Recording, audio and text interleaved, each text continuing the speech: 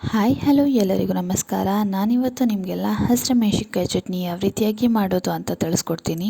ನಾವು ಹಸಿರು ಮೆಣಸಿನ್ಕಾಯಿ ಚಟ್ನಿನ ಜೋಳದ ರೊಟ್ಟಿ ಜೊತೆ, ರಾಗಿ ರೊಟ್ಟಿ ಜೊತೆ, ಚಪಾತಿ ಜೊತೆ, ಅನ್ನ ಮತ್ತು ತುಪ್ಪದ ಜೊತೆ ತಿನ್ನೋಕ್ಕೆ ತುಂಬಾ ಚೆನ್ನಾಗಿರುತ್ತೆ. ಮೊದಲನೇದಾಗಿ ನಾನಿಲ್ಲಿ 10ರಿಂದ 15 ಹಸಿರು ಮೆಣಸಿನ್ಕಾಯಿನ ನಾನ್ ಸ್ಟಿಕ್ ಪ್ಯಾನಲ್ಲಿ ಎಣ್ಣೆ ಹಾಕ್ಕೊಂಡು ಚೆನ್ನಾಗಿ ಹುರ್ಕೊತಾ ಇದ್ದೀನಿ. ನಾನು ಒಂದು ಮೆಣಸಿನ್ಕಾಯಿನ 3 ಭಾಗ ಮಾಡ್ಕೊಂಡು ಚೆನ್ನಾಗಿ ಫ್ರೈ ಮಾಡ್ಕೊತಾ ಇದ್ದೀನಿ. ನಾವು ಹಸಿರು ಮೆಣಸಿನ್ಕಾಯಿ ಚಟ್ನಿ ಮಾಡ್ಕೋಬೇಕಾದ್ರೆ ಕಮ್ಮಿ ಅಥವಾ ಮೀಡಿಯಮ್ ಖಾರ ಇರುವಂತಹ ಹಸಿರು ಮೆಣಸಿನ್ಕಾಯಿನ ತೊಗೋಬೇಕು. ಹಸಿರು ಮೆಣಸಿನ್ಕಾಯಿನ ಚೆನ್ನಾಗಿ ಎಣ್ಣೆಯಲ್ಲಿ ಹುರ್ಕೊಂಡ್ಮೇಲೆ ನಾನಿಲ್ಲಿ 1 ಚಮಚದಷ್ಟು ಜೀರಿಗೆನ ಹಾಕ್ಕೊತಾ ಇದ್ದೀನಿ. ಜೀರಿಗೆಯನ್ನು ಕೂಡ ಚೆನ್ನಾಗಿ ಫ್ರೈ ಮಾಡ್ಕೊತಾ ಇದ್ದೀನಿ. ಕಮ್ಮಿ ಅಥವಾ ಮೀಡಿಯಮ್ ಖಾರ ಇರುವಂತಹ ಹಸಿರು ಮೆಣಸಿನ್ಕಾಯಿನ ತೊಗೊಂಡ್ರೆ ಹಸಿರು ಮೆಣಸಿನ್ಕಾಯಿ ಚಟ್ನಿ ತುಂಬಾ ಟೇಸ್ಟಿಯಾಗಿರುತ್ತೆ.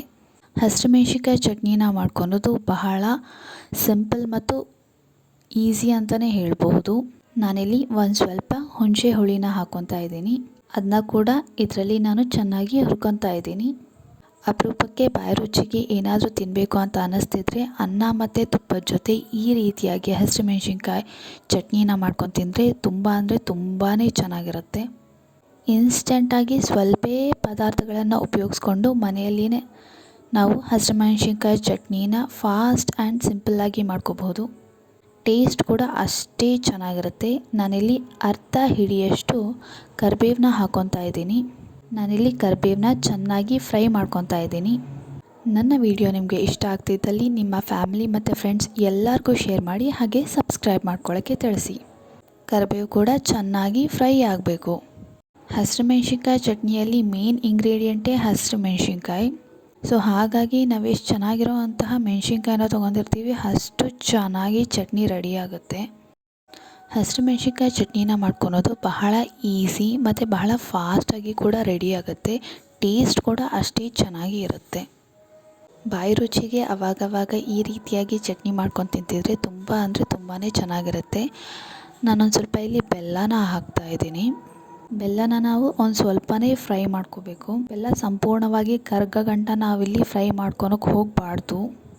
ಈ ಚಟ್ನಿ ಮಾಡೋದು ಎಷ್ಟು ಈಸಿನೋ ಟೇಸ್ಟ್ ಕೂಡ ಅಷ್ಟೇ ಸಖತ್ತಾಗಿರುತ್ತೆ. ಸಿಂಪಲ್ ಆ್ಯಂಡ್ ಇನ್ಸ್ಟೆಂಟಾಗಿ ಹಸಿರು ಮೆಣಸಿನ್ಕಾಯಿ ಚಟ್ನಿ ಈಸಿಯಾಗಿ ರೆಡಿ ಆಗಿಬಿಡುತ್ತೆ. ಅಕ್ಕಿ ರೊಟ್ಟಿ ಜೊತೆ ಕೂಡ ಈ ಹಸಿರು ಮೆಣಸಿನ್ಕಾಯಿ ಚಟ್ನಿ ತುಂಬ ಟೇಸ್ಟಿಯಾಗಿರುತ್ತೆ.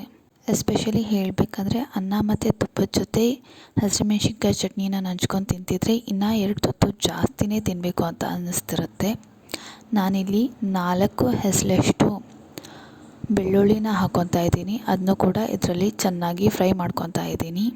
ನಾನಿಲ್ಲಿ ಎಲ್ಲವನ್ನು ಚೆನ್ನಾಗಿ ಫ್ರೈ ಮಾಡ್ಕೊತಾ ಇದ್ದೀನಿ. ಹಸಿಮೆಣಸಿನ್ಕಾಯಿ ಚಟ್ನಿ ಚೆನ್ನಾಗಿ ಆಗಬೇಕಂದ್ರೆ ಹಸಿರು ಮೆಣಸಿನ್ಕಾಯಿನ ನಾವು ಚೆನ್ನಾಗಿ ಫ್ರೈ ಮಾಡ್ಕೋಬೇಕು. ಎಷ್ಟು ಚೆನ್ನಾಗಿ ಫ್ರೈ ಆಗುತ್ತೋ ಅಷ್ಟು ಚೆನ್ನಾಗಿ ಹಸಿರು ಮೆಣಸಿನ್ಕಾಯಿ ಚಟ್ನಿ ರೆಡಿ ಆಗುತ್ತೆ. ನಾನಿಲ್ಲಿ ಎಲ್ಲವನ್ನು ಮಿಕ್ಸಿ ಜಾರ್ಗೆ ಹಾಕ್ಕೊತಾ ಇದ್ದೀನಿ. ಹಸಿರು ಮೆಣಸಿನ್ಕಾಯಿನ ಎಷ್ಟು ಚೆನ್ನಾಗಿ ಹುರ್ಕೊತೀವೋ ಹಸಿರು ಮೆಣಸಿನ್ಕಾಯಿ ಚಟ್ನಿ ಅಷ್ಟು ಚೆನ್ನಾಗಿ ಆಗುತ್ತೆ. ನಾನಿಲ್ಲಿ ರುಚಿಗೆ ತಕ್ಕಷ್ಟು ಉಪ್ಪನ್ನ ಹಾಕ್ಕೊತಾ ಇದ್ದೀನಿ. ನಾನಿಲ್ಲಿ ಹಸಿರು ಮೆಣಸಿನ್ಕಾಯಿ ಚಟ್ನಿನ ತರಿಯಾಗಿ ರುಬ್ಕೊತಾ ಇದ್ದೀನಿ. ನೀವಿಲ್ಲಿ ನೋಡ್ತಿರ್ಬೋದು. ನೀವು ಬೇಕಿದ್ದರೆ ನುಣ್ಣಗೆ ರುಬ್ಕೊಳ್ರಿ. ತರಿಯಾಗಿ ರುಬ್ಕೊಂಡ್ರೆ ಟೇಸ್ಟ್ ತುಂಬ ಚೆನ್ನಾಗಿರುತ್ತೆ ಅಂತ ನಾನು ಈ ರೀತಿಯಾಗಿ ರುಬ್ಕೊತಾ ಇದ್ದೀನಿ. ನೀವೇ ನೋಡ್ತಿರೋ ಹಾಗೆ ಸಿಂಪಲ್ ಆ್ಯಂಡ್ ಈಸಿಯಾಗಿ ಹಸಿರು ಮೆಣಸಿನ್ಕಾಯಿ ಚಟ್ನಿ ಯಾವ ರೀತಿಯಾಗಿ ಮಾಡೋದು ಅಂತ ತಿಳ್ಕೊಂಡ್ರಿ. ನೀವು ಕೂಡ ನಿಮ್ಮ ಮನೆಯಲ್ಲಿ ಇದೇ ರೀತಿಯಾಗಿ ಹಸಿರು ಮೆಣಸಿನ್ಕಾಯಿ ಚಟ್ನಿನ ಮಾಡ್ಕೊಳ್ಳಿ. ತುಂಬಾ ಸಖತ್ತಾಗಿರುತ್ತೆ.